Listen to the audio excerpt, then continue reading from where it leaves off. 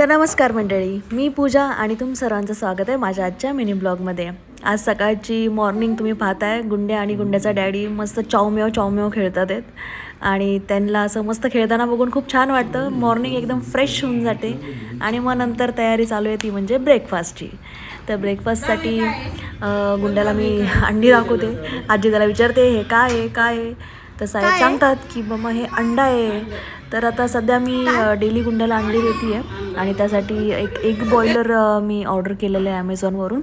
खूप इझी जातं ह्याच्यामध्ये, फास्टमध्ये एग एकदम बॉईल होऊन जातात आणि गॅसवर ठेवलं की 15-20 मिनटं गॅस चालू राहतो. कधी ओव्हर कुक होतात, कधी ओव्हर बॉईल होतात, कधी कच्चे राहतात.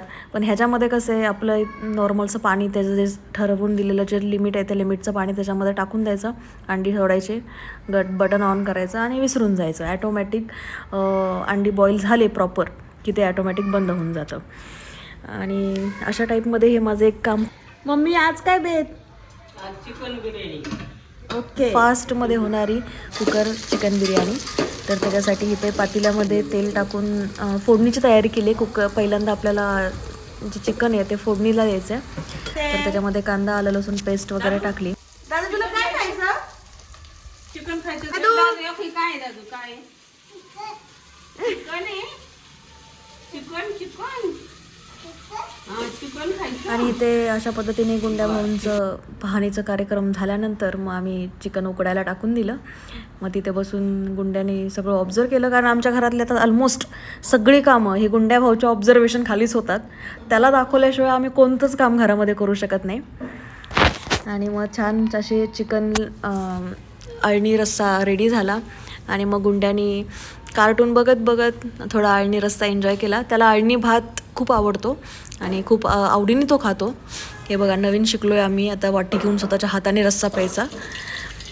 आणि मग अळणी जे आपण तयार करून घेतले ते साईडला ठेवलं. कुकरमध्ये खडे मसाले, आलं लसूणची थोडीशी पेस्ट, त्याच्यामध्ये खोबरं टेचलेलं ते सगळं टाकलं, कांदा टाकला.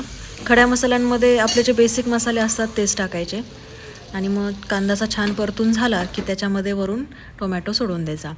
मग टोमॅटोला थोडं पाणी वगैरे सुटलं की मग त्याच्यामध्ये आपला घरी बनवलेला जो मसाला असतो तो मसाला, लाल तिखट आणि थोडासा चिकन मसाला वगैरे टाकायचा.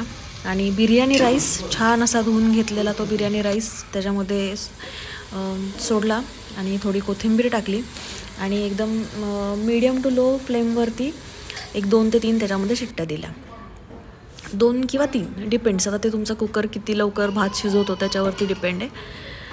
आणि मग त्याच्यामध्ये जे अळणी चिकन जे होतं ते पण त्याच्यामध्ये वरून टाकून द्यायचं. आणि पाणी ऑलमोस्ट वापरताना जे अळणीचं जे पाणी आहे तेच वापरायचं. आणि मग अशी छान अशी बिर्याणी आम्ही सर्वांनी एन्जॉय केली.